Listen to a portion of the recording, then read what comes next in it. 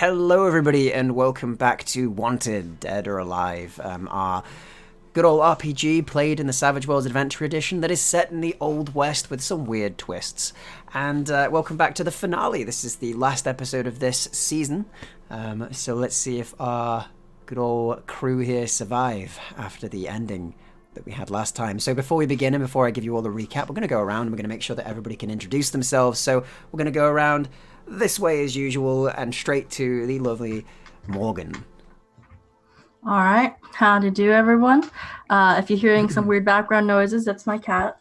I am Lauria Lark, and I'll be playing Morgan Brandman, the very grumpy outlaw turned outlaw today that's about to die to a stick of dynamite.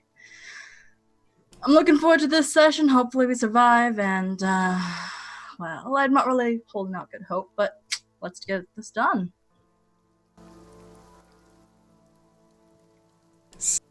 Yeah, I mean, I think that sums it up pretty well. We can hope you don't die to dynamite. And speaking of not dying to dynamite, Dr. Snips, how you doing? Hello, I'm Dr. Snips, otherwise known as 5 Rounds More on Twitter. Mostly today, I feel like I was mid-session on pulling a bullet out of my chest. I seem to remember that. And then somebody threw some dynamite in front of me. So I'm actually with Morgan on this for once. I'm not my usual cheery, happy self as I stare down this stick of dynamite, praying that we survive. But I'm sure it'll be fine. Like, what's the worst that can happen? You know? Like, I'm a barber. I just need 2 arms. It's okay. You'll be fine, I'm sure. Yes. And, right, so moving on to the man who got his revenge last week, Mordecai. How you feeling? Well, Mordecai Taylor's a tough son of a bitch, so he'll probably be fine. But to be fair, his player, Courtney Lester, right now is dropping bricks because he's a Yorkshireman and Sean Bean's a thing, so yeah, probably gonna die. That's fair. That's a good point. You have achieved that revenge, and we know how that works in stories. When that happens, you die immediately. That's the red flag. In a horrible That's the way. right there. The red flag is finally having happiness. The plot armor is gone. Plot's gone now. I'm done. Anyway, before we kill Mordecai off in the first seconds of the game, speaking of somebody who didn't die last time, despite what happened, Jonny Sixshot, welcome back. Hello, everyone. I'm still Gene, still playing Jonny, and I'm not getting revenge on anything, but that dynamite is getting revenge on me. Because it's coming back for a vengeance. Goddamn. It is, yeah. It's the one dynamite stick that you threw away earlier. You dropped it off a horse. We'll flash back to when you were riding out and it fell off and it was lonely, and this dynamite stick took a whole journey back towards you, and then finally has found its way through the window. It's obviously what's happened. So, brilliant stuff. So before we begin today, I'll give you a recap in just a moment, but just so you know, there are a few ways you can interact with the game.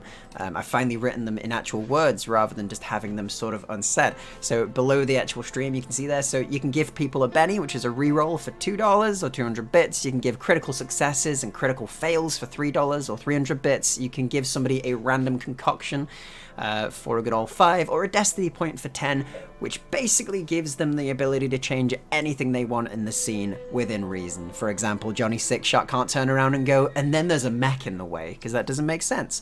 But he can do things that are viable and understandable. Which again is something difficult for Jonny. But regardless of that, grannies love him, Dynamite hates him, and let's get back into our game. So last week, we had the crew set up their ambush for the very large gang of folks that were approaching the town of Clearwater. Among them were the Grishams, a family that a couple of our members of the group have had some bad run-ins before, and they fought to survive, and they fought hard to live through that. And they did, barely.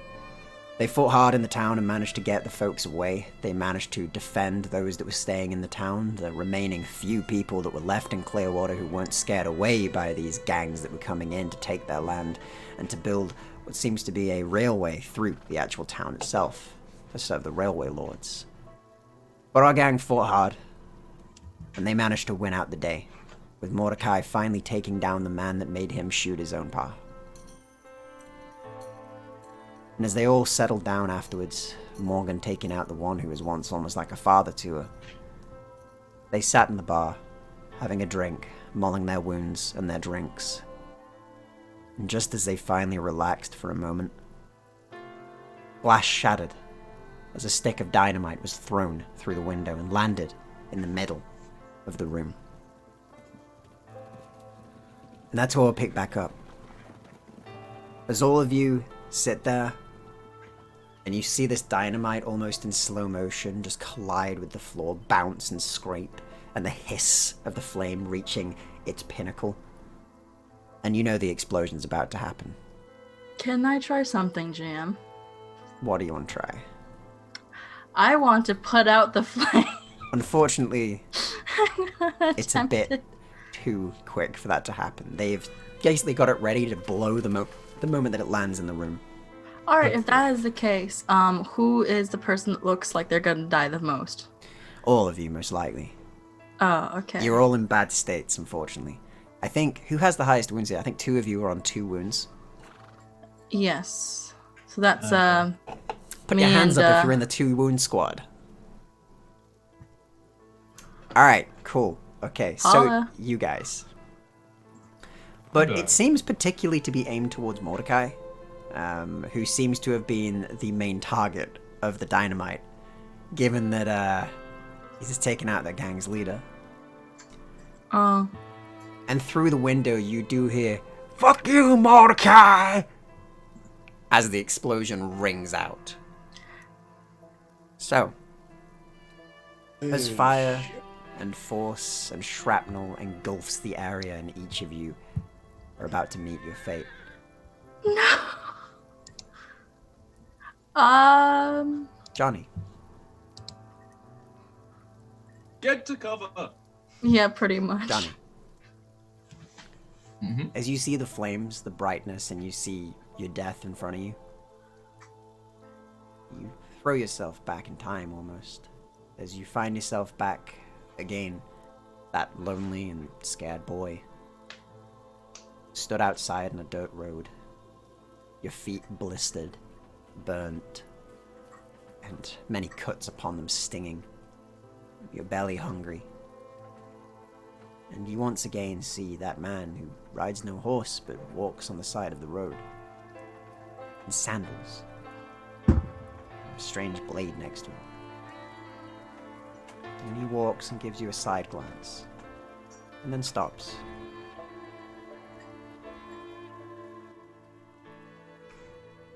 And you remember, how did you handle the situation at the time when you first met the man that would become your master? I think I was pretty curious, so I probably like scuttled around and like moved between buildings and just try to peek at him from a corner, just be a sneaky little boy. Okay. And he would have very much kept his eyes on you, but almost slightly toyed, as if he didn't want you to fully know that he could see you. Almost like he was playing around with you a bit and playing your game. And as you walked and sneaked for a while, the sun began to dim. It began to crest on the horizon, and the entire plains were thrown into darkness. And he set up a camp. And as you hide and you sneak away as usual, a voice rang out as he simply said, "Come to the fire, boy. You have been sneaking all day. Come warm yourself." I think after like a moment of freezing, slowly I'll make my way towards him. And as you do, your feet as usual crunching slightly on the sand, you make your way towards him and sit down on a log nearby. And the warmth of the fire fills you, and your nose was stuffy and your cold skin warms immediately and you feel a lot more comfortable. And he takes off what looks to be a stick with some chunks of meat that are on it, and he hands that over to you. Eat. You are skinny, and not in a good way. It looks like you haven't eaten in a while properly. Is this the case? Thank you. And he sits and watches you eat, and eats on his own, though very properly. He eats slowly and considerably, as he keeps an eye on you. Are your family not concerned with you making your way out here like this? So far away from home. In the cold night. I feel like little baby Johnny wouldn't be the charismatic, pull a story out of my ass type yet. So I probably just like answer in like short, quick answers and say no family. And why do you follow me? No family is one thing, but an area that you know, surely more people would know you, would help you. Yet you follow me through a whole day, hiding in corners near rocks, around barns, around the back of a horse that seemed to be rather annoyed with you.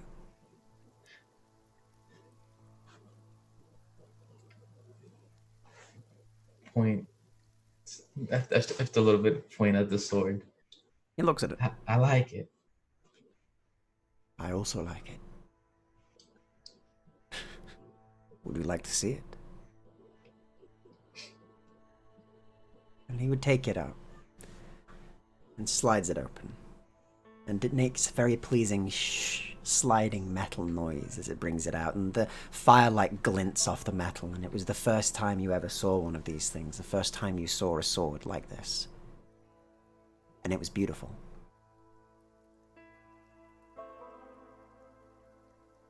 And he held it out to you and let you look at it better. And you remember the sharpness of the blade, how keen it was. You remember the dedication and the very well-maintained pommel of the blade, the guard of the blade, everything immaculate. Even though the rest of his clothes seemed not to be as much, his sword was very clean. And he slid it away and placed it back at his side as he began to ask you more small questions throughout the night. But your mind always went back to that sword.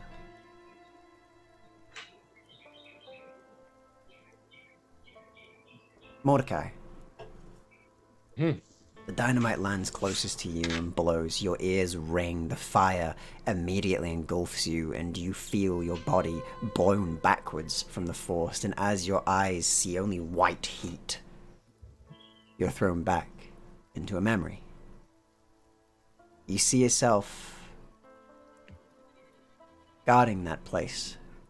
The place that the army told you to. They sent you here. Said, hold down this fort. Hold down this location. Do not let anyone take it under any circumstances. You hear? And you did. Yes, sir. And tell me how you held it. Tell me what happened when you were at that place. When you were at that fort that caused all of this to happen. Well, the armored carriage came through. We just thought it was guns. Hopefully, one of them newfangled Gatlings or something. Nope. It was bars of gold. Just figured that, the Viking train was passing through. Didn't think it'd be here for long, but those goddamn Jonny Rebs turned up in the gray coats, and, well, everything just turned to shit. They surrounded us and cut off all kind of routes of escape and supply, so we hunkered down. Thought it'd be Alamo round 2. That's when the dead started rising. And what did you think the first time that you saw one of those dead? One of those that was shot at, that had a bullet rip through them, kill them. Dead set. They were gone. Cold. Then they stood. It was... Well, first, we didn't know what was going on. I mean, this was back before the French started sending over smokeless powder, so the whole battlefield was blanketed in like a foul-smelling fog. Well, all we saw at first were just the silhouettes moving in the early morning light, backlit by the sun. So a man hit the deck. We thought maybe, just maybe, he got winged, but then you start seeing sunlight through a son bitch. A hole in his chest the size of a grapefruit, and you think, well, that's mighty peculiar. That shouldn't be happening. And the men started to panic. We tried to get him to hold the ground, but how the hell do you convince a man that the fight's still winnable when the thing that's meant to take the fight out of the guy just ain't taking the fight out of him? He's still coming at you.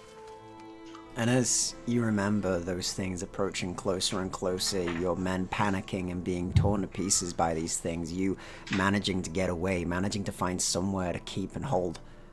And you remember these things just sweeping over them, killing all of them, eating, crushing, horrible noises. And you remember the silence more than any of that. When it was all over, when those things moved away, all in unison, almost like they were called somewhere else, but they all left, and only you remained in that place. Bodies strewn around you, shot, ripped, torn, bitten, and knowing that no one's gonna believe you. No one's gonna believe anything that you tell them about this. Well, the first thing I tried to do was organize an order of march and get a roll call sorted out. A fair few of the bodies were unaccounted for. The squad, led by a man named Berkeley, was gone along with the carriage. Figured I'd try and ride back to Madison and talk to the colonel there and let him know what happened. I'd have left out of camp. Branded a deserter, traitor, and bandit. Shit. Hell, even I don't believe it myself sometimes. I sit down and think, son, that's just stupid talk. The dead don't get up. But then every now and then I see Martin do something crazy, or the ghostly gunslinger puts a gun to somebody's tent and blows a hole in it next to where someone's sleeping, and then walks off into the ether. And I'm thinking, maybe, just maybe, there's more to this than meets the eye, Mordecai. You gotta think, man. That's it's tougher than leather to chew on. Put it that way. And that's what's running through your mind as that pain racks your body, as the explosion hits you, as you're thrown from your chair, and everything goes white. And in that moment, as you feel the fire run over you, you feel the shrapnel hit you. Snips. Phineas. Your early life was a little different than most of these people. You weren't always in the US, you weren't always in America. And as you're being thrown away, and you're seeing what this country's become, tell me about home. Tell me about why you left, why your family came over, what that made you feel, what that meant for you. Back when you were in Blighty. You're muted. Oh wait, there we are. Talking loudly enough. No, I was just thinking. I think, well, I can't remember seeing much of Blighty, you see. I was rather young when they came across. Part of a train. Various people looking for money in the cotton industry and various other things. And I grew up fairly quickly when I arrived here. I didn't really have much time to relax or spend much time on my heels, not doing a lot. I found that I was rather handy with a blade, rather quicker than most.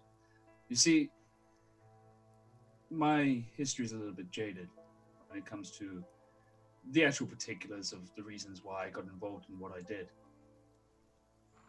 I fell in with the wrong crowd, shall we say. Started buying into the idea that, well, people should just not be slaves. And this didn't sit well with my family.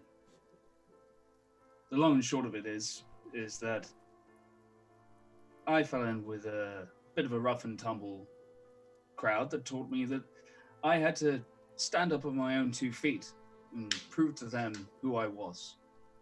You see, I've always been quick with a knife. And that is a skill that can be transferred into other practices, shall we say. As I say, the one thing that I will always remember is helping those people escape when I could. But needless to say, word got around, and I couldn't stay there anymore, so I headed onto the mainland.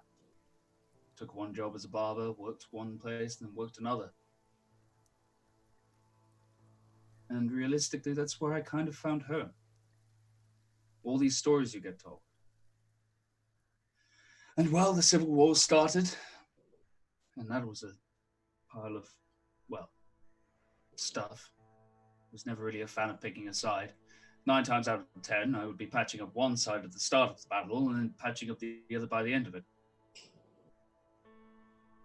It's always kind of weird having somebody's life in your hands. And tell me about the first time that happened, the first time you had somebody's life in your hands, the first time that you as a doctor or even as somebody who was learning medicine, even in a more first aid capacity, had to make that decision, had to try and pull somebody back from that place. Well, many seem to think me uncaring. I tend to be quite cold in some of my mannerisms, and I find that just helps. There's no time to get connected with anybody on the battlefield. Not with, well, the rate at which people were turning up in the tents. It was sickening. And these were the lucky ones, let alone the ones that were still out in the field. But I do remember one particular individual more than most. He'd caught a bullet through a round just through the top of his thigh. And fortunately at the time, the surgeon I'd previously worked under had told me that the thigh can be a particularly, how should we say, dangerous place to get shot. Survival is low. There's lots of major arteries, various blood vessels that will easily bleed a man out. And he didn't want to lose his leg. But we really didn't have much of a choice at the time. We applied a tourniquet and got him to bite down on a piece of wood. It's the best we had, you see. And I got to soaring. Chopping people up messes with me, like something chronic. I think I lost a part of my soul that day. But I saved his life. And that's all that really matters. I hope he's still alive today. And as you think about that, and as you see that white heat just explode in front of you, as you hear the glasses shatter, as you see Mordecai across from you thrown away from the explosion, you see him engulfed by most of it. You see Jonny thrown from his chair, hitting his head on the side. You see Morgan flung unsuspectingly as she looks over and speaks, or at least begins to speak a word, and it's cut off by the absolute ear-shattering noise of the explosion that racks the entire room. Morgan. As Snips catches your eye for but a moment, you're flung back to another time. You find yourself cold. You find yourself scared. The people that were raising you, that were traveling with you, all killed. Recently. All of them shot dead, robbed. But for some reason, the man, the one who had the last name of Grisham, kept you with him. He kept you alive. Said he don't kill no kids. And so you were brought along with them. The people that you saw shoot. The folks that were so kind to you. The people that you were with. The faces. The blood. The horror. You remember every moment of it. And it's as you sit cold by the edge of the camp that somebody approaches you. A young man. His hair slicked back, and you remember him from the raid that they did, but he didn't seem to shoot any of them. And he approaches you and holds out a blanket and a cup of coffee. Thank you kindly. I'll just look at him, kind of terrified of him. But, You're welcome. Don't worry about it.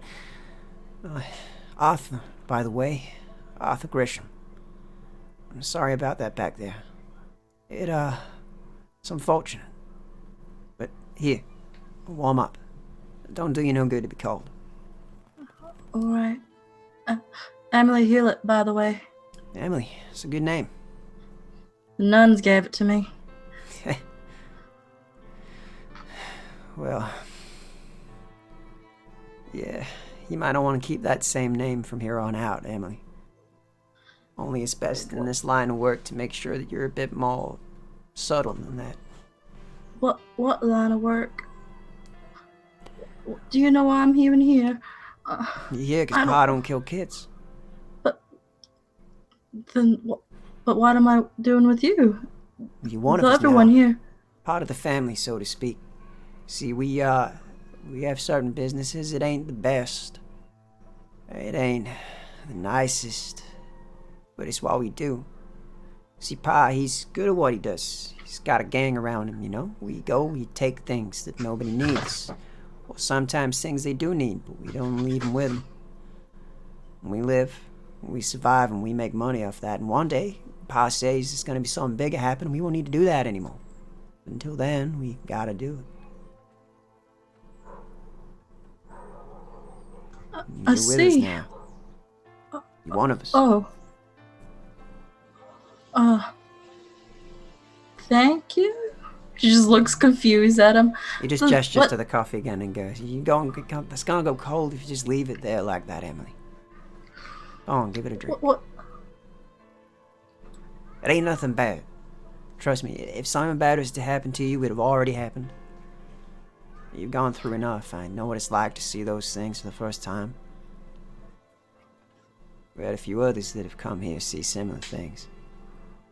You get used to it. What should I even name myself? She just takes a nice sip of the coffee and I don't know. I always like the name of Morgan. It's quite a nice one.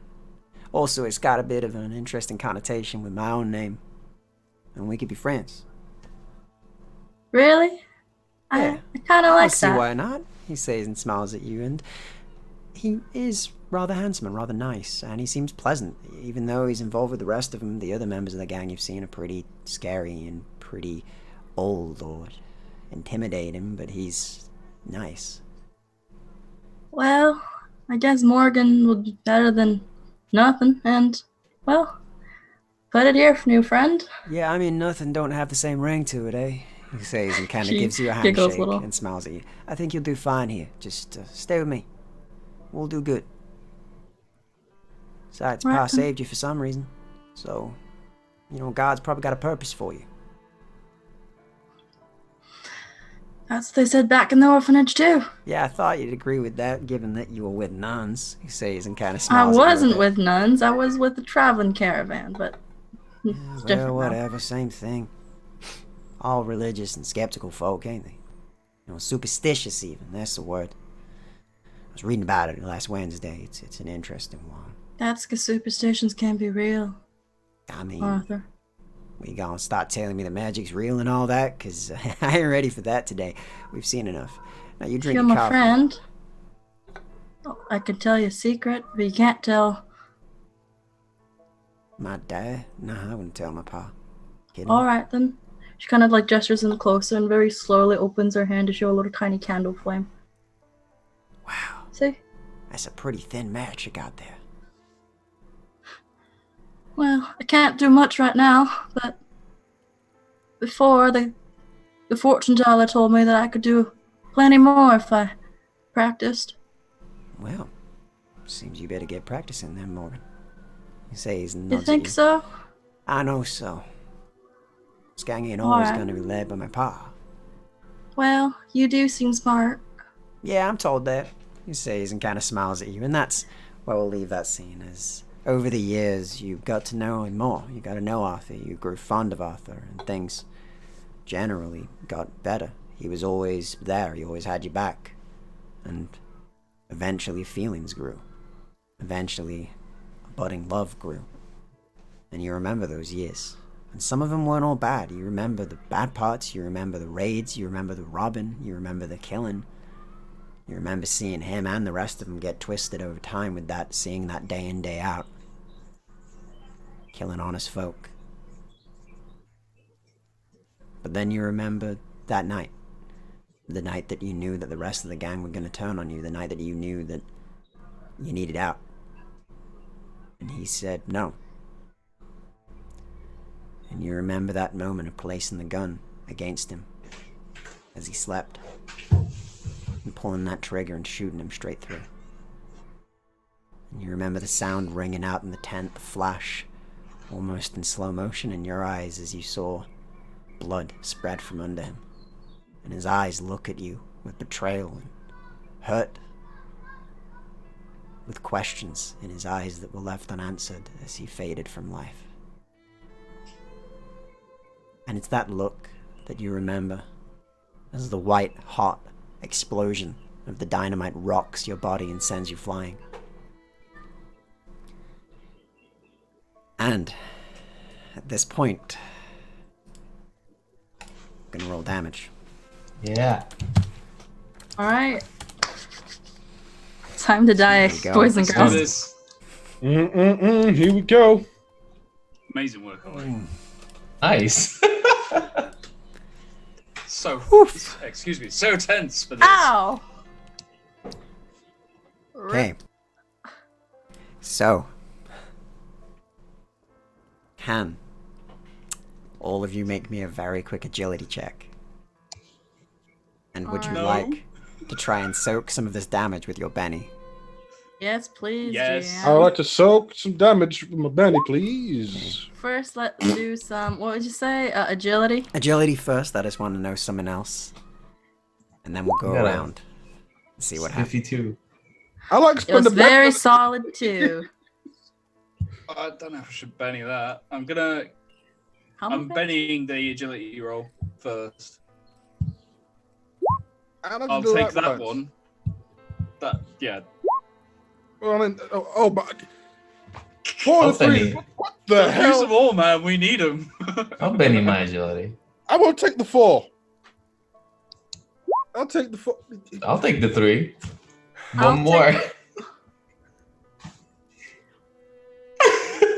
That Yes. Sorry, wait, I being meant to say, I Mr. said who got above a Phineas. 10. That's what I said, but I muted myself to the chat. So I think it's only Snips. This guy. All right, I Mhm. think I'll it's be only alive Snips. to patch you guys up. You'll be fine. So don't worry about Snips, it. as you see this, you do have a moment, and you manage to sort of tuck yourself in a way that means that most of the shrapnel of the explosion won't hit your vitals. And you are still blown back, but will only take half of that damage, as you manage to avoid at least half of it. For the other 3, this explosion does catch you all off guard, and you are all caught up in it. And every 4 above your toughness will be a wound. Now, of course, you can use a Benny to soak some of it up. So if you want to do that now. And How then let many me know bennies how much. can we limit to, It's 1 per soak, I believe. You can just use Damn 1 per it. soak each time. So, God.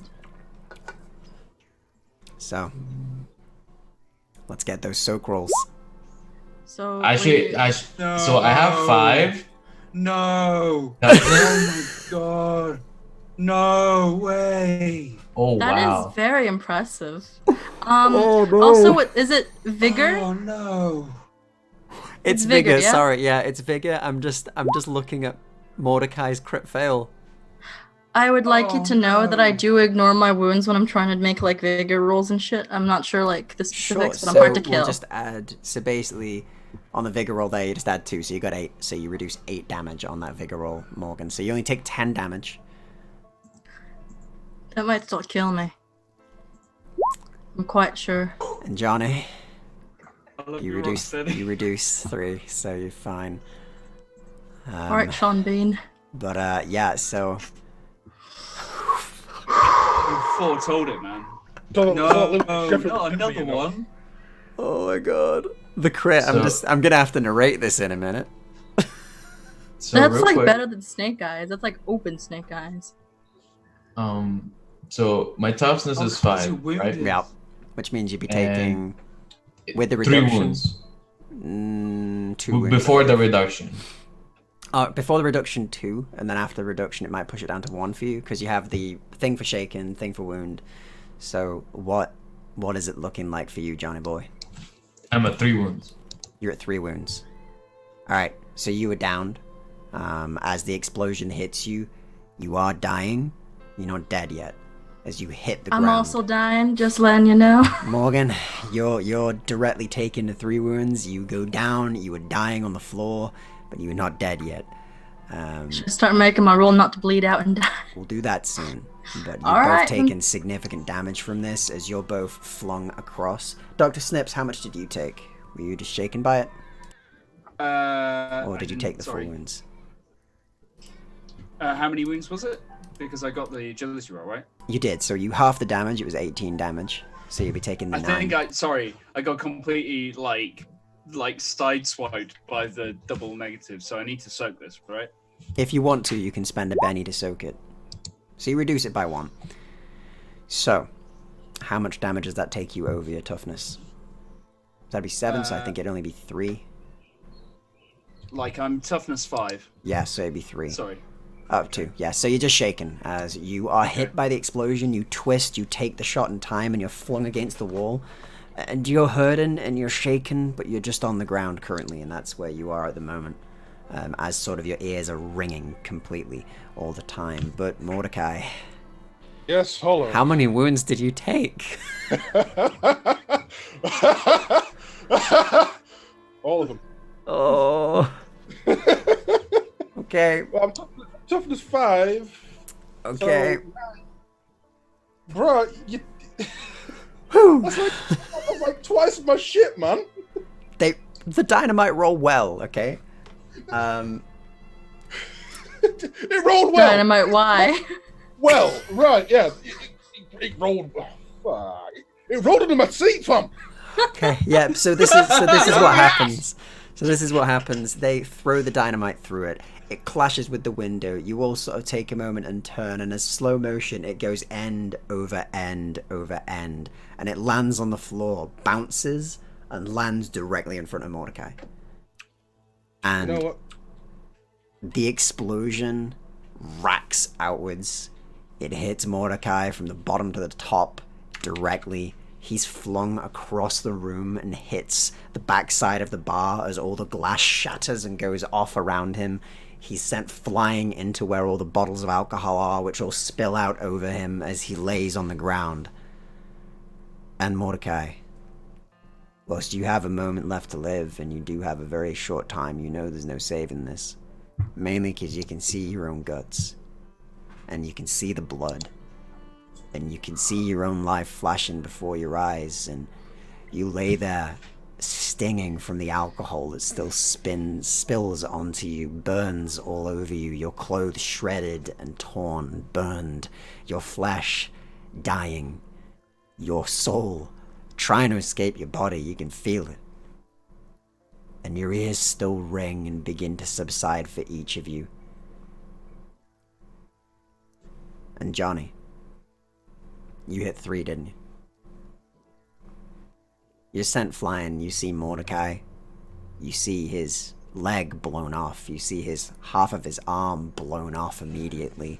you see him flung across the entire bar from you. You see Almeida thrown across the room as well, taking part of it, burns on his side but twisting just in time, colliding with the wall and groaning slightly. You see the old man that called this place home blown immediately to pieces. You see Morgan flung across the room, striking the side just as your vision is fading slightly. You feel yourself dying on the floor, but you can see and you can barely speak, and Morgan, you're the same. And Snips, you feel almost thrown back to the days of you being in the war as you hear the ringing in your ears, you feel the heat over your skin, you feel in pain. And can you roll to get out of shaken, please, as you look over the room and see this scene? You can't see Mordecai, but you can see where he collided with the side. So Simon can't think right now. It's spirit, isn't it? Right? Like spirit roll. It is spirit roll, yeah. Cool, okay. Okay, you're out. There you go. You're out of shaken as you bring yourself back out of it. And you look around the room, ears ringing, heat still in the air, smoke everywhere. And you take a look around, and you can't see Mordecai initially, but you hear a gurgle from behind a counter, and you see Morgan on the ground, bloodied, broken, burns on her. You see Jonny in the same state, sort of still clinging to his sword, but protecting it. Bloodied as well, dying. The two of them, across the room from each other, both of them, their life leaking out of them. So I didn't see what happened to Mordecai. You didn't see it fully. Didn't see what happened. You were directly across from him. No, okay. So as sort of like the explosion hit, you just... I watched him fly though, right? You watched him fly, but you didn't see what happened fully to him, but you saw he was hit real fucking hard. So the medic in me will kick in, and it becomes triage. So save who you can. Is Almeida moving? He seems to be. Yeah, he's kind of clutching himself and kind of... But he seems to not be quite as damaged as the rest of them are. Still hurt. You can still see burns on him. You can still see blood. He seems to have been hit by a lot of shattered glass that sort of pinpricked him, quite a lot of his body. But he seems to have avoided the worst of it. He's more shaken, you'd say. Okay. Are any of the other people not part of the gang vertical? Like, are any of them still moving? Any of them still going? The younger lady, the barkeep, is alive, though seems to have taken a lot of damage. You can see blood around her. You can see that she's been hit by a particularly big chunk of glass that has wedged itself in her gut, and she's in pain. The older man is all over. He's dead, for sure. There's no questioning that. His wife is injured, dying on the floor. And finally, the older man, the fisherman that you were with, he seems to be also dying, as he's got a large piece of wood that was blown out of the floorboard, just completely wedged into his shoulder. Yeah. Okay. He's alive, but he's dying. Right. Priority then, from what I can see, isn't Almeida. No, he seems I know right. that Mordecai. Yeah, I know Mordecai went over the counter. So at the moment, I feel like, and also with his proximity to the blast, and like he's a smart guy, Snips. He'd be like, nah, okay, like that's the last call. So he would go to whoever looks the better to him. I'm sorry, Six Shot, you're too new. He would just go straight to Morgan. Like he would just go straight to Morgan. Okay, no problem. So you make your way over to Morgan, who's bleeding out on the floor, and you see her in quite the state. And Morgan, you look up, eyes blurry, as you see a figure, a shadow of a person over you in your delirious just gurgling state. and dying, basically. Like, kind of squinting up. Like whatever I can. Like, can I see anything that's causing massive problem? You can see quite a bit of the shrapnel from the explosion itself has struck her. But aside from that, it's doable. You can probably save her, and if you do well enough, you can probably save her quick enough. You can stabilize her quick, and maybe you can also save Jonny, but you need to be quick. So let's do this. Medicine, please. So you're healing. Is it healing? Yeah. Yeah. I've got one left. Do you want to use your Benny? I think I know what I feel like I know what chat would say. Like if I didn't use my Benny. So like I'm gonna use that Benny. We'll see what happens. But then no Bennies left. That's a really risky place to be in the world of Savage Worlds. Oh yeah. Do it. Yeah! Nice. Look at that. So on your raise, you quickly deal with Morgan's wounds. You quickly begin to pull out the glass that you can. You begin to sort of make sure she's okay. You wrap the wounds you need. You pour some salve over the burns quickly, and you've managed to deal with Morgan very quickly. Morgan, you're stabilized. You can't really do much. Only really very minor actions, but you're awake, you can speak, you can drag yourself around. You just can't really fight right now. And you're alive enough. And Snips, you've still got Jonny across the room and the others that seem in worse state, and you've dealt with this quick. You think you can still give him a chance. Okay, I get across to... Don't talk. It's probably just better you stay quiet, and then that way they don't know what's going on. And I go charging over to where Jonny is. Okay, so you charge over to Jonny, and Jonny, you hear big footsteps coming towards you that almost seem ear-shattering after the ringing stops, and suddenly the silence of the room hits, and then you hear thump, thump, thump, thump, thump, as Dr. Snips arrives over you, as you feel pain. You've got blood running down your face as you look up at him. Snips, medicine. 4, that's a pass. So, you don't deal with him well. Jonny, you feel you're going to have a lot of recovery needed. But you see him sort of, he takes out like a large shard of like the glass from the window that was blown over towards you, straight out of your chest, and it's, luckily, it seems he's noticed there's no actual organs that have been pierced by it. Luckily, he takes it out, it's soft, and you notice that your coat you wear and the rest of sort of the guns you hold have sort of deflected it slightly, and it's ended up just skimming your side. And he takes it out, the soft muscle, and he manages to wind that up and deal with it, and it's quite quick. You're still having to deal with him. He's going to take a little bit more time to stabilize than Morgan did, but you're working on him at current. But you will save him. Okay. Hey Doc, how's Almeida and Mordecai? Please, don't talk, Morgan. Genuinely, they don't know what's going on. All right. Talk if I want. I'm fine. Oh, there we go. So that is a thank you very much for the donation, Humbledore. So that will be a crit for the doctor that you've been given.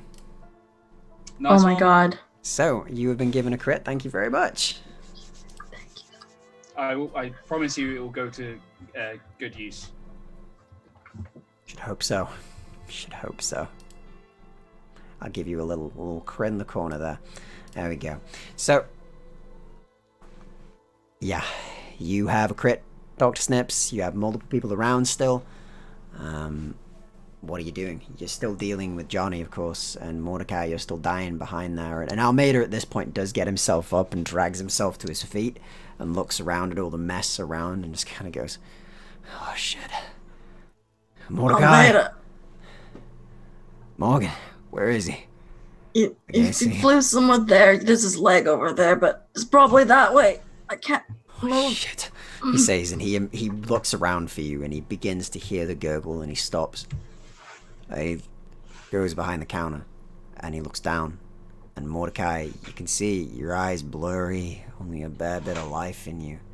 You see Almeida, your friend over you, has sort of got burns on his sort of side. The bottom of his jaw has a slight burn on it. His hat's been well blown off. But he stands in front of you, over you, as he looks down at you, and you look up at him, and you see the shock in his eyes. You see the sadness as he sees you, leg blown off, arm blown off, guts exposed, blood pooling, and he pauses for a moment before he looks at you in the eye. You're not looking too good there, Mordecai. Not the best look you've ever given us. And he walks over to you and crouches next to you. and sort of lifts up your head slightly so you can speak properly and not just gurgle. I don't know how we're gonna fix you up from this one, old friend.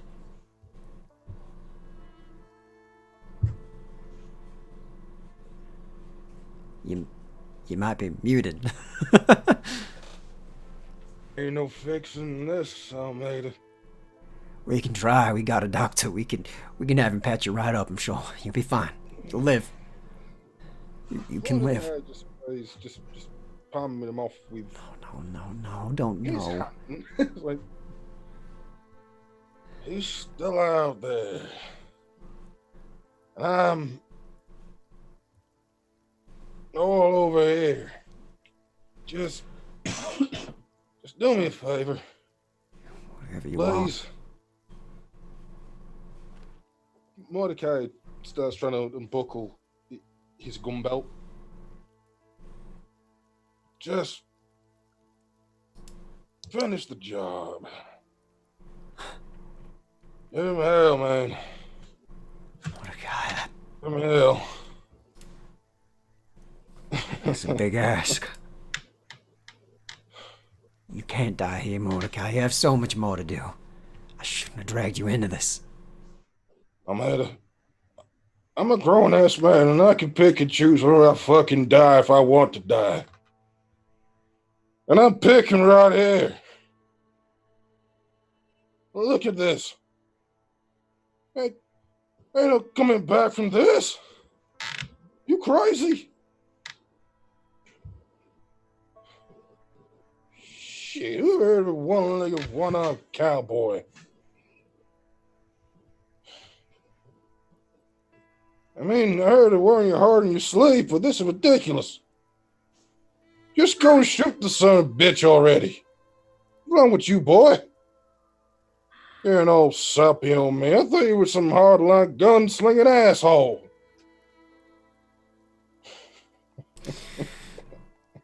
All right. Yep, sure. I won't let him get away from this. I swear to you, Mordecai. He says, and he takes your gun. And he nods at you. You better. Don't worry, I'll wait till you come back with some good news. All right, you better. I ain't going anywhere. I'll just fix myself a drink and... If you do, what's Dixie? when I come back, when I go and see you up there, if you go up there, if you're dead when I come back, I'm gonna kick your ass. He says, and he pats you on the side of the side. He pats you on the shoulder and looks at you one last time. I'm back soon, old friend.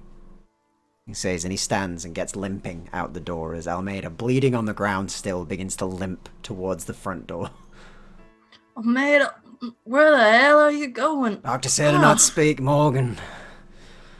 I got this, he says and continues. No, on. you don't. You're half dead. Where's Mordecai? Is he okay? And he leaves through the door at that point. And you're all left. Fuck you, Almeida. Ah! Doctor, you've saved the two of them. Okay, cool. You haven't seen Mordecai's condition yet, but Almeida's I've heard seen the him left with a gun, conversation, I and think. you've heard part of the conversation. It's very quiet. Yeah. I've just seen him walk out as well, haven't I? Oh boy. You have, yeah. Okay. Rifle in hand, he's got Mordecai's rifle on him. Okay. Is there any gunshots or anything coming? Not yet. Can I hear anything? You've not heard anything yet, as he's just left the door. But you expect him to. Yeah. Okay. Shit. Sorry. I think I'm allowed at least one. Right. Okay. Mm-hmm. I think what Snips is going to do is he is... Okay, so the Duncan guy, Yeah. who is the fisherman, Yep. does he have any dynamite left? He has one left. You gonna take your Okay. team out? I hold life and death in my hands. I call this one death before dishonor, old boy. Pip, pip, and cheerio. Oh, God. Home and dark. If the stick's still in one piece, does it have a fuse in it? It does, yes. Amazing. Okay, right. So I pull that stick of dynamite. Yep. Snips will like charge over to the door and say, Morgan, as he looks around, I don't suppose you could offer a light, and holding most of the stick, he'll point at the tip.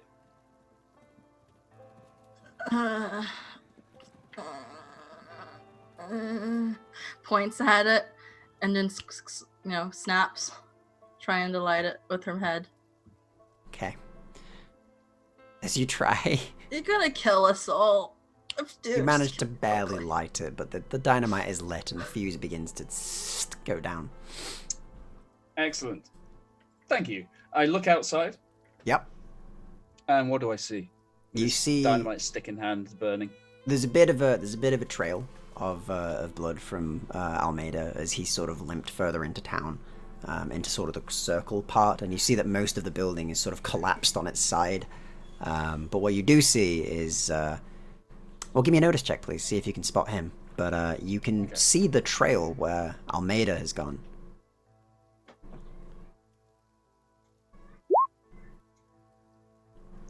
No, can't see him at all. Wow.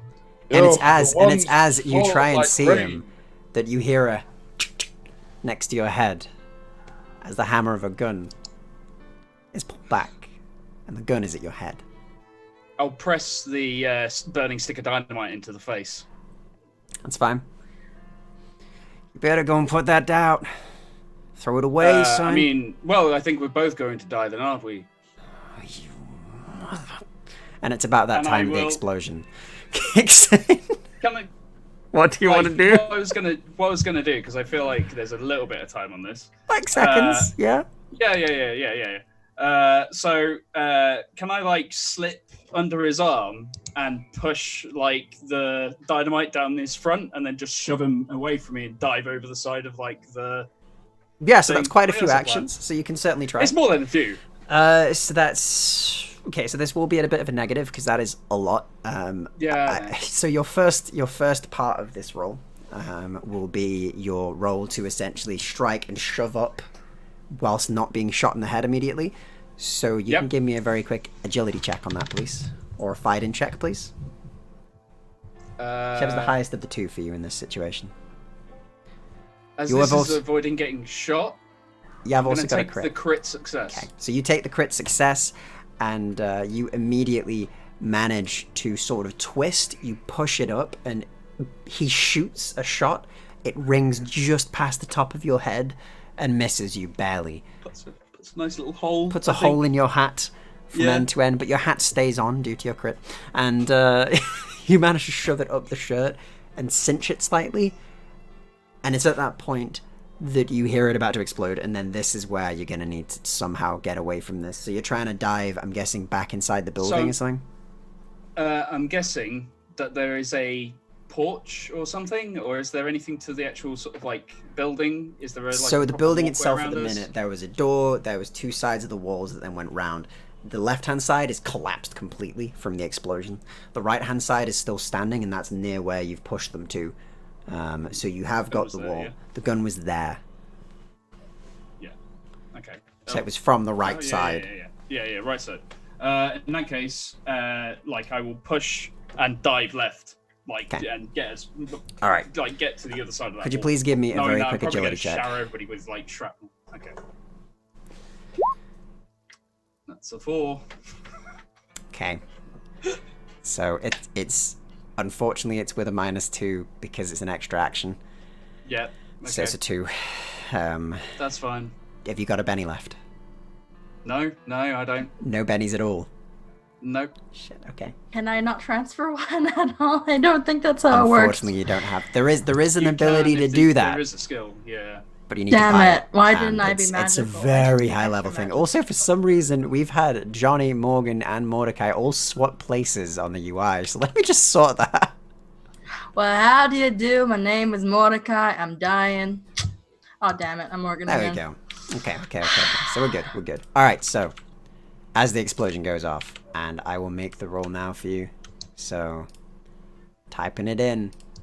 as this We're stick gonna of die. dynamite blows up directly next to you.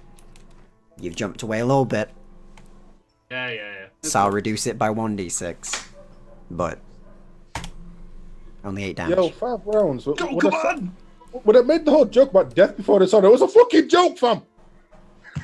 I think I'm only shaken, Stephen. I could be wrong. I think you are with an 8. Yes. You've got 5. Yep, Yeah, you're only dude. shaken. So as you're shaken, however, Okay, come on. Let's the see what damage happens. doesn't quite take him out. No, I know. I didn't think it would. As he gets an extra d6, but he's a wild card. And Oh, it's him. He blows, you blow Okay. a hole near him, and you do see part of his guts are hanging out. This guy is not probably gonna live. But Okay. he aims a gun towards you. And it's as he does that a shot rings out. I've got like And- hair standing up on the back of my neck. And you see him, Come on, Almeida, come on. you see part of his head explode. Yes! And he falls to the side as Almeida roll real well. And you see Almeida just reload the gun and looks at you and tips his hat. Tip my hat back. Right there, Doctor. That was a fantastic shot. Thank you. That was a ballsy move you did there. I don't think a lot in situations like this. Let's get you I ain't patched never up. seen anyone punch somebody with dynamite, but you do you, Doctor, he says, and slings this rifle over his shoulder and begins to limp back towards you. Let's go and deal with our friends in there. Stick them back together and yourself. I take it Mordecai isn't. I've not had a chance to look. See what you can do about don't it. need to say any more. If he can live, then we make him goddamn live. But I don't know if he will. I Okay. ain't seen a man's guts that exposed before. Yeah, no, there's not a lot you can do for that. I'll see what I can do. Do what you can, Doctor. I'll keep watch, but I think that's the last of them. Good job. You too. Impressive. I should really start trying to consider my actions. I'm You would've starting to thought, feel the you know? same on that. He says and nods at you once. Well, let's see what we can do. He says, and a bit glummer than usual, a bit more dour. Almeida goes and just kind of sits down at the side. He finds a bottle of whiskey that's not been smashed, sort of dusts it off, and dusts a bit of blood off it, and then just pops it open and just starts to drink.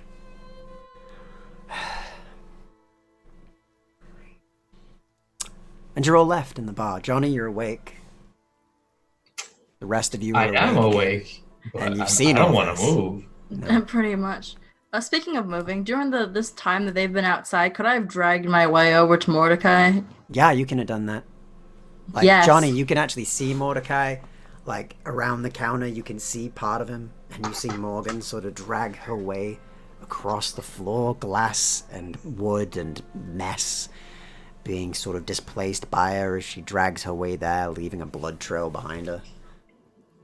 I'm just gonna kind of like put my back against like a wall or something so I can sit up. All right. But I'm just gonna sit there, have my hat on, and hold on to my sword. And you do. And your hand is Okay. shaking as you hold on to it. Your adrenaline's still sort of filling you. The only thing that saved you was your adrenaline and, of course, Snips. But that kept you there until Snips could deal with it. And you watch.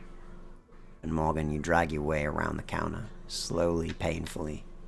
And you make your way to Mordecai, and as you see him, your heart drops and you know he's not gonna be saved. As you look at him, you can see his leg has been blown clean off, his arm has been blown clean off, there's a part of his body just gone. You can see his organs working their last breaths underneath his rib cage, which you can see. There's blood everywhere around him. His face is burned, his hat removed from his head. His eyes, like, very, very lazy and dim. But he's alive. Barely. Yeah. I drag myself, like, and more like heave myself to sit, kind of prop myself on the wall next to him. Just gonna sit there. I'm like, you all right there, Mordecai? Yeah, I'm trying a hot new look for the spring collection. I call it minimalist. Pretty minimal, all right. I gotta say, it's been years, and it's the first time I'm seeing you for what you really are inside. I look over at his guts and viscera, and then just kind of look at him, just like, ugh. Well, I heard of this newfangled thing called losing weight. I don't reckon much to it. Hmm. Kind of painful. I'll take your word for it. Thanks for the follow, Kwali. Well, I ain't gonna get mushy on you, but thinks about it. Actually, no, that's gonna get mushy on you. From what I heard outside, that was a stick of dynamite and a shot. It's either we're gonna come in and all die to that bastard, Vince, or we're gonna get Almeida and Dr. Snips. The doctor just ran out with a stick of dynamite. Ow. That's fucking stupid. I'm inclined to agree, but he just kind of stitched me back up, so... Listen, I don't think I got much conversation left in me. So, given you're the one that's got away, the one black mark on my clean fucking record, you red-headed bitch, Love you too, I'm going Mordecai. to do you a favor. As he Race an is eyebrow. into like the rest of his jacket and takes out essentially his own bounty writ. There you go. Might as well cash it in. You That's know not good what? to me. I might. But, you know, I think your head's worth a bit more than that. You know what I'm like with treasure. I'll just bury it until it's worth something. So that's what you were trying to do when we found you that time, hmm? She laughs a little. A bit of self-appreciation. I don't think it works that way. No, not really, but hey, you know, I might miss you. Might. Yeah, I might miss me too. I used to enjoy being me. It was fun. I could do two-legged things and two-armed things and whole people things. Well, who I'm knows? just- Maybe the good doctor, could do something. Mind you, if he did, I'd probably have to call him Jesus or something. Well, unless you got any of them pixie friends of yours that can magically fuse and make myself back together. I don't think I'm saying this one out, Morgan. So, I'm a die as I lived, soaked in booze and blood. And it's Kinda about boy, that really. time, Mordecai. You feel Yep. life beginning to slip out of you. You feel your heart beginning to stop. You begin to see flashes of your own life in your eyes, and as you do, as you begin to die, what do you see? What images flash in front of your eyes? What memories do you cherish? What things do you want to not leave behind, but Well, his failed relationship with Rosa, the one, as he thinks of it, the one real chance he had at going straight after everything fell apart. And he holds onto that warm feeling for a bit, and then running with the gang. And even though it was a bit of a downward spiral for, I guess, a year or so, they were good folks. Pork and beans don't taste that bad. They're alright. And fish is kind of lame, but it's a good way to pass the time. Especially if you're doing with the buddy. yeah, That's and kind of cool. it's as you think of that you remember, like, one of the first times you and Almeida went fishing back in the day when the gang was literally you two. And you remember sitting out under the moon, both fishing, not catching anything. You were both shit at it. Sounds about right. But you chatted for a while and you got to know each other. And it was the first time that you truly felt that somebody had your back. And you know that it was the first time you felt the same. You knew that you'd have each other's back and that you wouldn't screw each other over, that you wouldn't betray each other or any of that kind of crap, something that you could never say about anybody else before that point. And you remember him talking about, you know, the future, about you can always find you a new Rosa, wherever we go. When we get out of this place, we can find you someone better.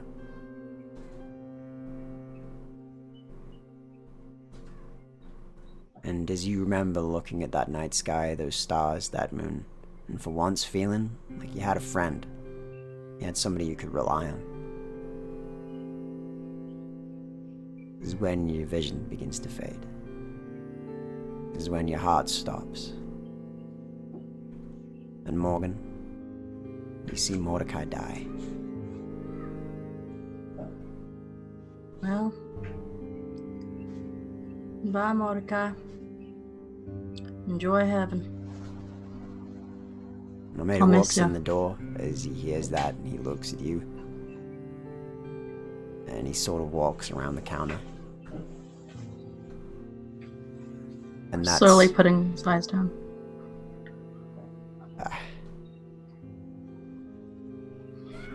And he can't quite look at him. And holding that bottle still in his hand, he just looks at you for a moment, Morgan, but you see he can't look at his friend like that anymore. And he takes a walk outside. And through the only remaining structure that remains at the front of this building at this point, just the swinging doors and the door frame. And he walks out. And he takes a drink of his drink. And you see from the inside the sign falls off the top of the door and collides with the ground, kicking up dust. And it's there where I'm going to ask you all something. What do you do after this? The night grows on, goes colder. You're all left with the smell of alcohol, fire, dirt, wood, and blood. Something that you've all come to know quite well in this time.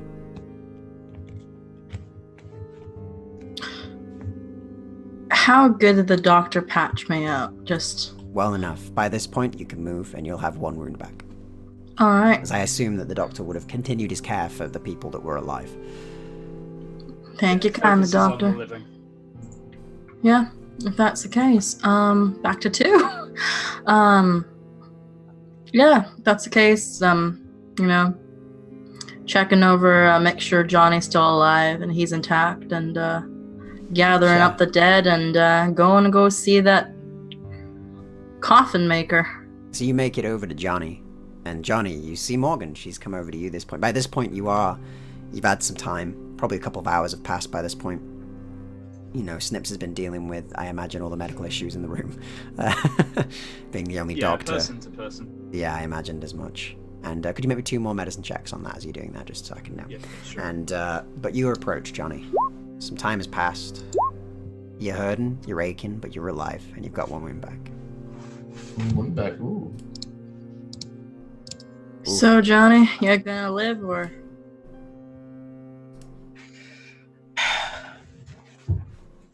Looks like the devil ain't taking me yet.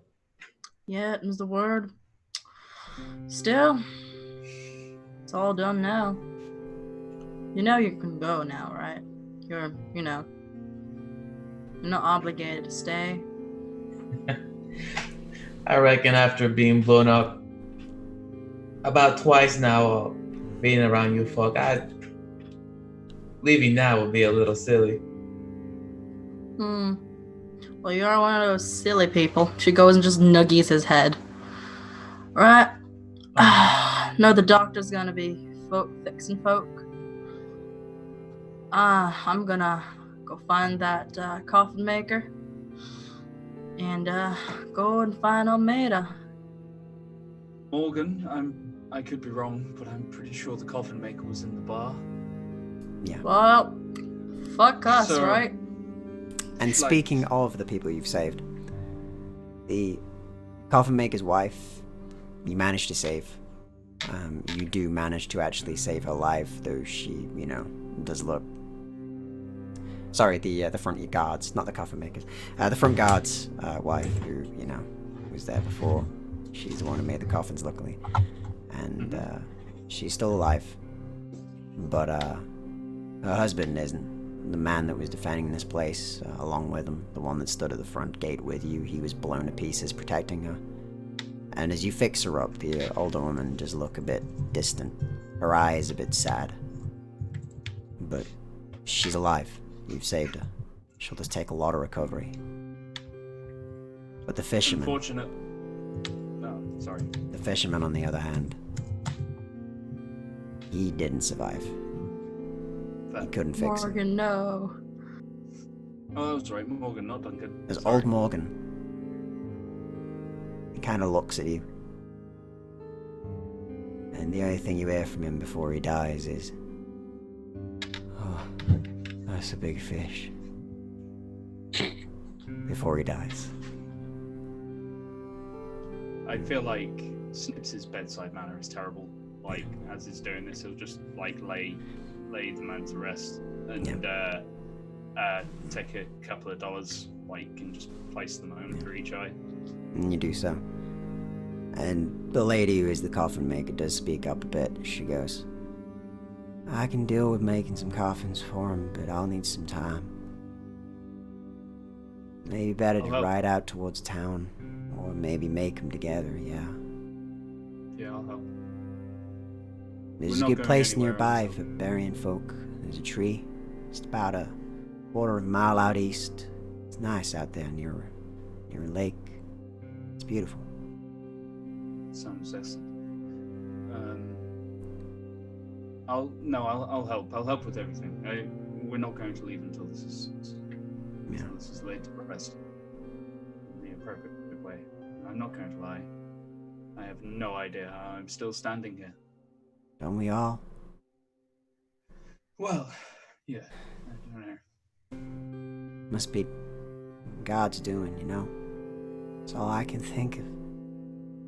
I've never been particularly one to believe, but who knows, maybe I'll find my faith. Maybe, she says and nods. And Almeida takes another swig of the booze, and he looks over. Aha, there he is. Yeah. I was looking for him. Morgan, Almeida. what can I do for you? Are you here to stick the boot in more? Tell me that, oh, well, at least he's dead now, he won't chase me anymore, or something like that. I'm waiting for the cutting remark, he says. He takes another swig. I was gonna say I'll stay here with you. Well, not exactly what I was expecting, but... Well, you're a part of the gang. We ain't stopping anytime soon. I owe the railroads a blood debt now, don't I? As much as I do. Already had my problems with them. They already had a debt of blood with me. They killed my friend, Morgan. You did? I ain't gonna let that stand. So if Neither you're will in, I. we ain't stopping here. We ain't leaving this country. We're gonna hit them where it hurts.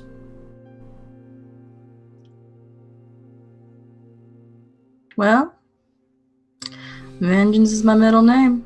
Let's continue to do some more of it. Let's. Mordecai. For Mordecai. For Mordecai. Are you in, Jonny? I was muted. It's alright, we all have difficulty speaking in times like this. I'm in. Well, there goes my plans of Scotland. And those men wearing attractive skirts. Indeed. And let's take the fight to these motherfuckers. And let's show them what they fucked with. He says, and he takes another drink. I And suggest, in the politest way, that you all rest and see to the bodies when we get a chance. we'll make the Right. graves. We'll make the coffins. I'll help. Same. We'll bury our dead and then we ride out. Well, if you're all certain, I just don't want those stitches falling apart, and I'll prod one of Morgan's. Ah! Oi! Careful where you're touching, Doctor. Okay. Oof. And it's with that, we'll change the scene. And all of you, tell me, what do you do that evening, that night? Before, of course, we montage as you sort of make the graves. Is there anything in particular you do that night?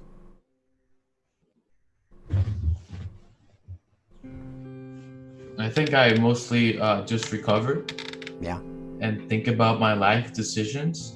yeah. But mostly that, just recover. Recover. Yeah, you think back to the things you did, to the killing of your master, to the young age things that you did, to the more recent things that you did, Jonny. And what are you thinking about those? What is going through your mind about those? Like, what are you considering doing with that in the future? You got a plan? I think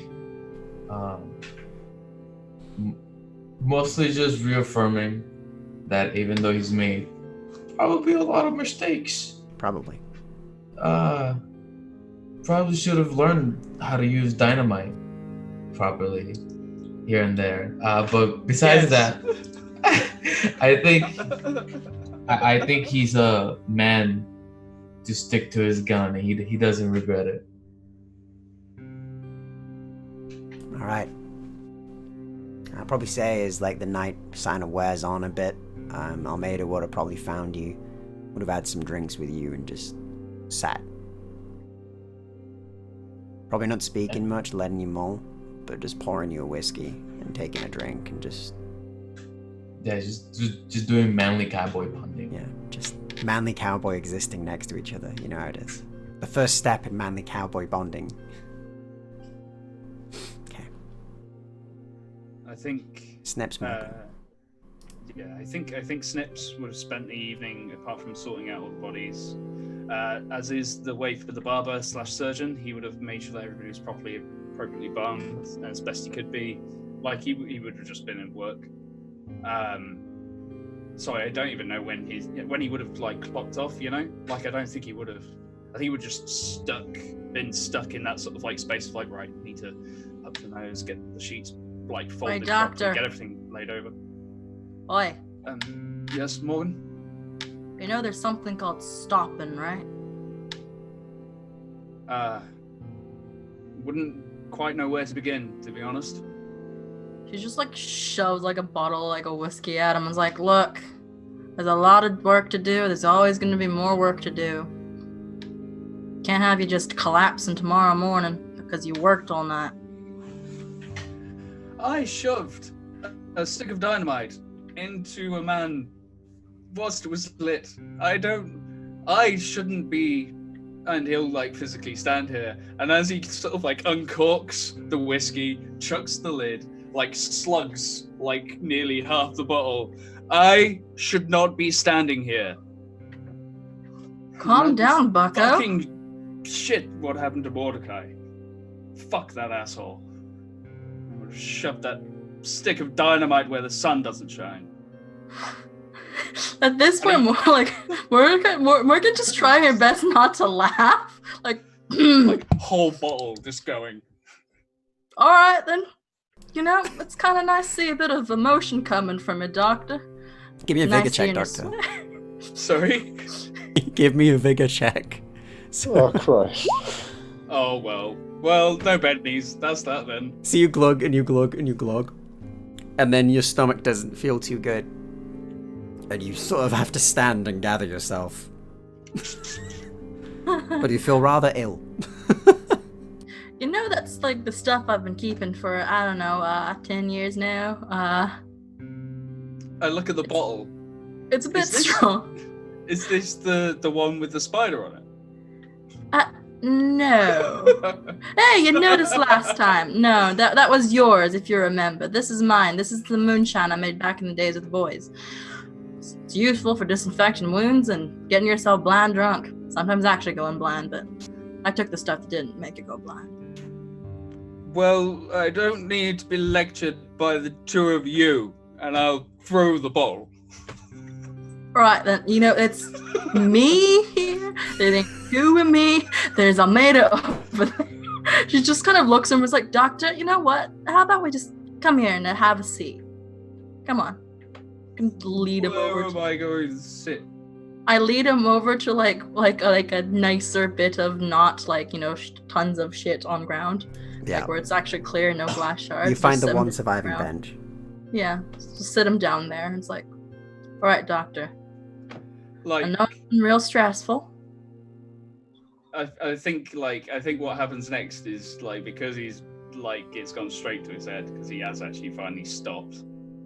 And he'll just like lean against Morgan, and then the arms will go around, and then he'll just like rest into like her like shoulder and just be like, "Oh, I shouldn't be alive. I don't have belief in God." Morgan, for just her go to part, sleep. yeah, Morgan, for her part, just looks like a mix between terrified and disgusted and just frozen right still. And she's just like, all right then, help? And no help comes, only sleep. And the night wears on, and eventually you all get rest. And the next day, you spend time, you make a coffin, you get it ready. Mordecai is loaded in. The remains of coffin maker's husbands are loaded into hers. And old Morgan, he's also been put in a box, as they're all ridden out on a cart about a quarter mile away to the east, where you see a nice hill with a small little clear lake near it, and some grass that's grown around it. And Almeida and yourself, Snips, and of course you, Jonny, we'll get to digging. Morgan, you help with preparing the caskets, getting them all ready, getting them good to go. And each of you lower in the coffins into the ground and pile the dirt on top. And place some little crosses over each. And a few words are said.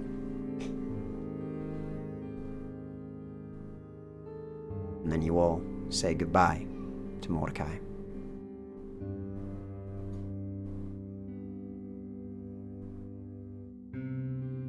Alright. Let's go take it to those sons of bitches. No more waiting Couldn't agree around. more. And he slings the rifle on his shoulder again of Mordecai's and sort of takes one last look at the grave. Goodbye, friend. And he turns and leaves. What about the rest of you? I have a quick question for Rocksteady. Yes. I'm dead. You have on like Roll20. You have a fantastic picture of a wonderful actor playing a character called Django in an amazing film. Yes. He's wearing shades. Does Mordecai actually have shades? Yes. And now a question for Hollow. Did the shades survive? Yeah, of course they did. By Are you any kidding me? chance? Shades Come on, can't the be shades always destroyed. survive, That's not bro. how they work. Yeah, the shades, they survived the explosion. Perfect. So glamorous. Because an extremely hungover, very kind of almost sorry for himself, Dr. Snips is hiding underneath his bowler hat and wearing Mordecai's shades. Avoiding the sunlight. Well, it's been quite the wild ride, and I hope where you're riding. I hope you're at peace now, Mordecai. Thank you for the hangovers and the shades. Okay. You make it away, Morgan. Any last words to Mordecai before we get on our way? Just I give Morgan a nod. Yeah. a nod back. Head on out so she can. Take a time and not have to show emotion in front of people. Yeah, it makes sense. Yeah. Yeah, as soon as Jonny and the rest of them leave, that's when she kind of actually crouches down and kind of puts a hand on the grave, like the freshly placed earth. And she kind of just takes a deep breath and just looks down. It's like, I'm kind of hoping that you'd do what I did and crawl back out of here. No, it's not gonna happen. But, well, I hope the big guy up there treats you well. God knows I won't see you again, but I hope you enjoy heaven.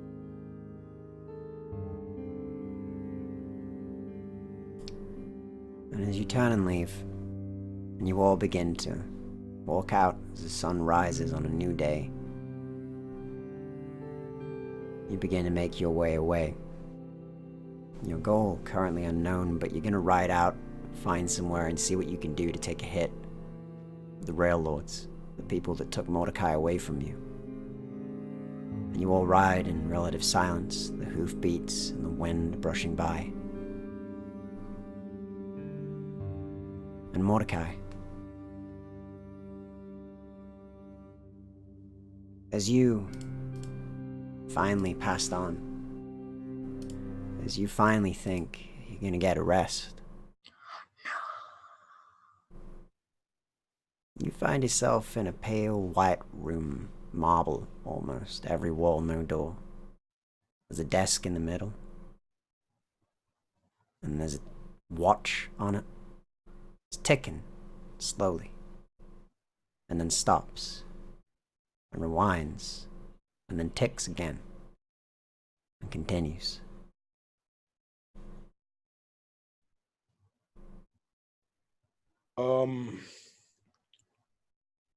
Hello?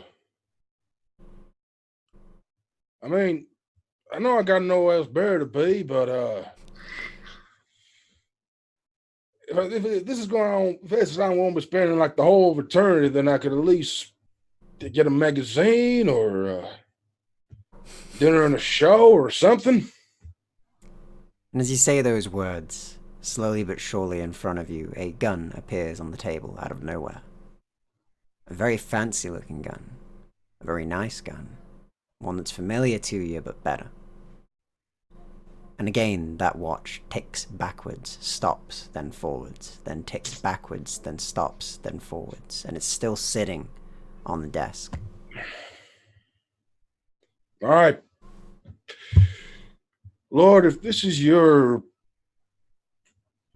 mode of working in those mysterious ways that your opponent do, I get the message. Don't worry. I can see the ticking of the clock, but the writing on the wall, if you will.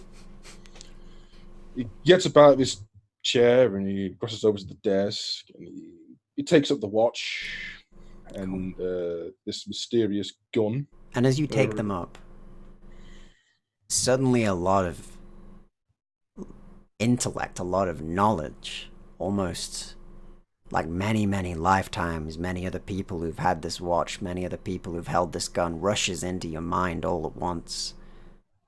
And you know your purpose. And you know why you're here. And you know that it ain't ever gonna be the same again. Oh. Well, if that's how you're playing it fast and loose, Lord, I feel mighty obliged that you've allowed me this. And on that So cryptic note, we'll end this season. Ooh. So, Spooky. thank you, The everybody. Terminator now. Whew. So that was a whole thing. Blood, you're telling me, fam. Good champagning Where did the it. double, where did that come from? And you so did that to yourself. When you were like, oh, the Yorkshireman, Sean Bean. It's like, yeah, you don't, do you want to play again? What is that? I just channel my inner Ned Stark. What can I say? So, a few things to go through before we finish today. We have a couple things to talk about. We'll do a little post-chat just about the session, just so everybody can hear people's reactions to it in a second. But I've also got a little announcement to make at the end of this. So, yeah, how does everybody feel about that? Let's have a quick decompress almost of this. You were a cruel man, and I loved it. If I can just say a little something here, I just want to point out to everybody that this is a horror western. A horror western. Yeah.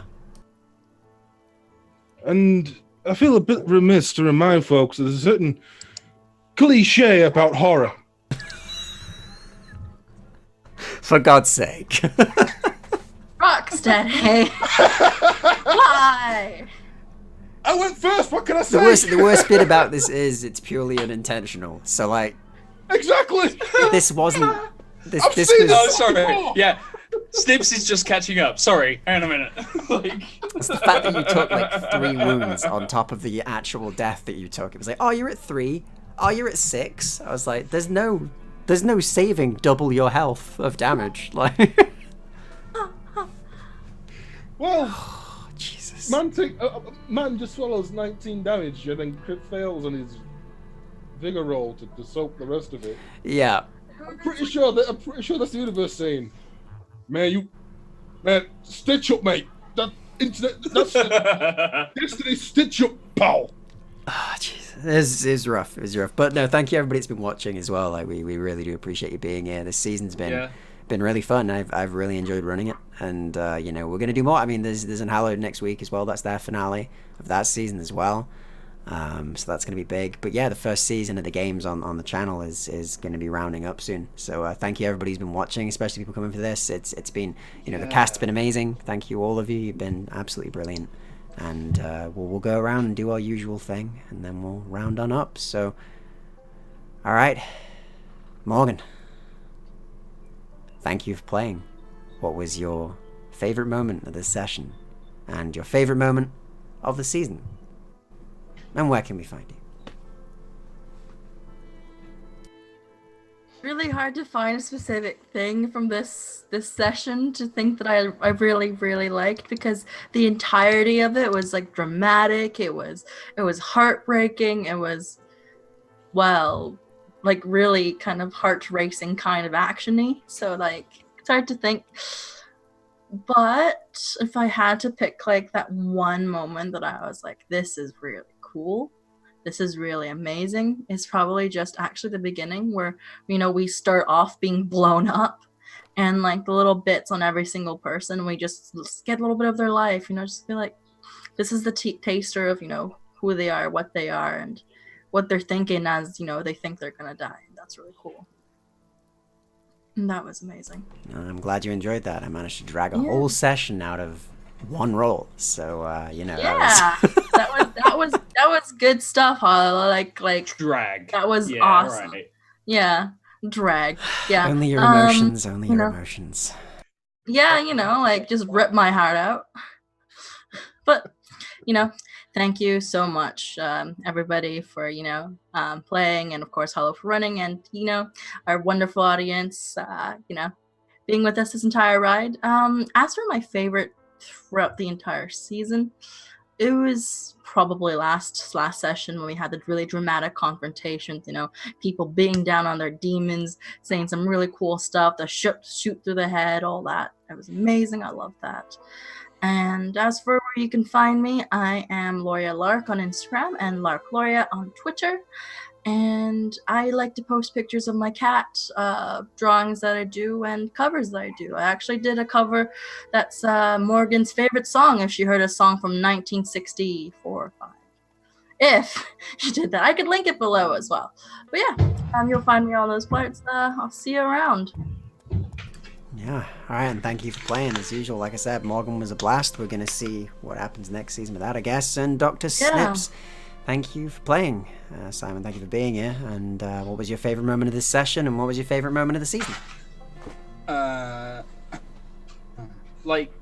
think so.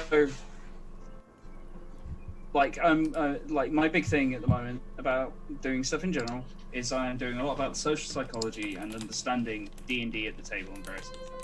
And it's taken me a while to really work out what Hollow's shtick is. But Hollow is an absolute master of the untold, like the mystery and various other bits, like the stuff that you don't know. And today was ace. Like, it was really good, man. Like, you really sort of like nailed it. I think it was sort of like of a level. And so I think that my favorite part of today's game that I'm going to take away, is your delivery on this. Like that was on point. Like, no, thank really you. Thank you. That means a lot. I mean, I was always happy to hear that. I'm glad it gave you a good journey. I'm happy for that. Yeah. Like, it was cool. It was super cool. Like, there's not been a single person that I wouldn't happily sit at a table with. I can't. Like, favorite part of the entire sort of like journey is still the grannies. It's still the grannies. That's fair. The grannies and Jonny and the grannies. and the fourth finger thing, and he's got 5 fingers, and it would be about he couldn't count because I couldn't think of anything else off the top of my head. Okay, like, I am not a terrible person, mostly. Yeah, and I think that was my favorite bit from the entire campaign. It's been a pleasure, and it's been an absolute blast. I would like to point out that I don't give in to fan service. I do think that is entirely how that would necessarily play out, because he doesn't break easy. Yeah. And Morgan shoving a bottle in his hand, he totally would have just gone I never drunk. So yeah, this has been a blast, man, and I can't wait for the next step. Yeah, definitely. 5 rounds more. Find me on Twitter. There's a lot of big changes going to be coming soon for various things I'm working on.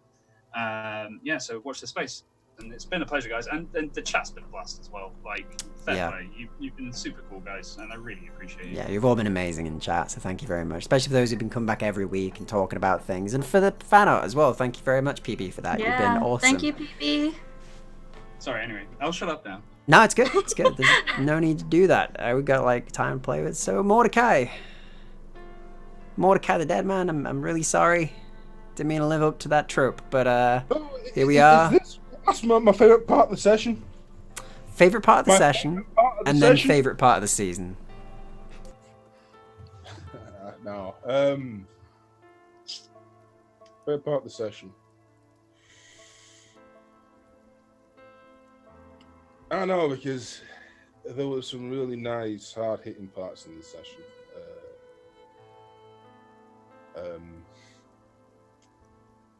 A lot of the gang's interaction with each other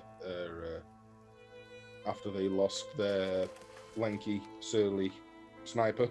That was a lot of fun to watch, guys. And it was nice to. When your character dies and you've no longer got any means of direct input into the game itself, it's kind of cool to just be able to sit back and become a bit of an audience member for a bit and just really watch as the story and these characters and these emotions happen in front of you rather than around you for a minute. So that was really cool to watch. And the send-offs with the 2 oldest parts of the gang, Almeida and Morgan, they were big fun as well. Yeah, it was a good session all around. I think you win some, you lose some, but you bounce back and you try again. So that's it. As far as today's session was concerned, I can't really say there was one particular part of it that I could say was my favorite, because I honestly, joke aside, I love the whole thing. It's great to hear. Favorite part of the season, though, the grannies. That's the correct answer. But continue. Well, there's Morgan throwing an axe in a tree. That's fun. I also planted my boot in your face that session, sir. There's Mr. Snips being abused by all the pensioners, and that's probably going to be a classic for as long as this particular campaign runs. We still don't know about the bodies in the back of his freaking What bodies?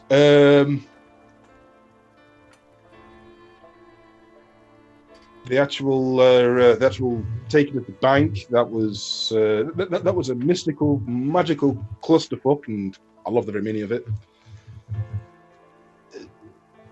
The personal moments we had at the camp on the way to Clearwater, again, it was nice to be able to get into each character's skin and feel how they feel and know how they flex. So again, the camp, great.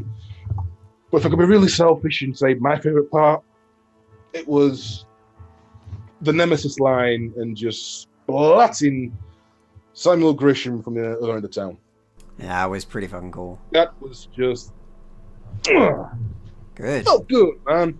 And where can we find you? And then kind of came back and bit me in the ass. You can find me at Rocksteady17 on Twitter, that boy Rocksteady Scar on the gram, and Rocksteady Scar on Twitch. At the end of the month, I'm going to actually start streaming games, and if anybody wants to follow me on the gram or Twitter, midway through Spooktober, there might be some updates on there that you might find interesting. So stay tuned, dude. Stay tuned. Cool. Can't wait. Sounds interesting to me. And last but certainly not least, the man, the person who collects all the Werther's originals, the one who all grannies love, the meme, Howdy, Jonny everyone. Sixshot. My name is still Gene. Really quick, first best part of the session was Dr. Snips learning the beauty and the power in the stick of dynamite and taking that power onto himself and wielding it as well. I knew since day one dynamite would be an integral part of this story. Of the season, I'd say the little standoff between Morgan and that feller with the revolver. I thought that was pretty cool. I mean, that whole session was pretty cool. Yeah, that was intense, that one. So yeah, I feel that. And yeah, well, thank you very much for playing, Gene. Absolutely loved you having here. Jonny has been brilliant, and you've been brilliant as always. And I think the true explosion of dynamite here was the friendships you made along the way. And so with that, a couple of things before everybody leaves for today. I know we're kind of talking a bit here, but it's just the end of the session. So, big announcement to make. Next season we'll be back. We will be doing a season 2. Some people will be coming back. We're going to see if everybody can, but I hope so. Fingers crossed. But we will be doing a season 2, continuing the story of these characters regardless. So we hope to see you back here doing that. Big change, however, with the next season is that I've ran this one. I've loved running it. It's been amazing. But fittingly, I guess, even with Mordecai being gone now, unfortunately, is that we will be passing on the reins of season 2 for Rocksteady Scar to run. So he's going to be running our season 2, and we'll be running one that has a bit more spooks in it than this one. This one was to get you used to the whole idea of the setting and to get you into character, but next season is going to be a bit more supernatural and spooky. So, look forward to that one. It'll be a pleasure playing with you, Mordecai. Indeed. And it means I will be taking on the role of Almeida as a fully fledged player character. So that's going to be also very interesting. So look forward to more of all these characters. And let's see how many more grannies become in love with Jonny and give him many, many sweets. All of them. All of the sweets. That's his supernatural power. That's my power. That's your power. One that everybody's afraid of. They'll be buried in sweets. But until next time, you've all been amazing. If you want to see more of these games, if you want to see the other games I run, and if you want to just have a look at how to play some tabletop RPGs online and even do some of this stuff yourself, go on my channel at youtube.com/hollowtail and you'll find loads of stuff to do with that. And until then, you've all been brilliant. We've been playing this game for a while now, and we will see you next time. The next season will be booting up on likely the 2nd of November, so you've got a month to wait. But when we come back, it'll be better than ever, much more intense, and of course, we'll be here to go through some feels and some yeehaws with you. So, goodbye. Bye.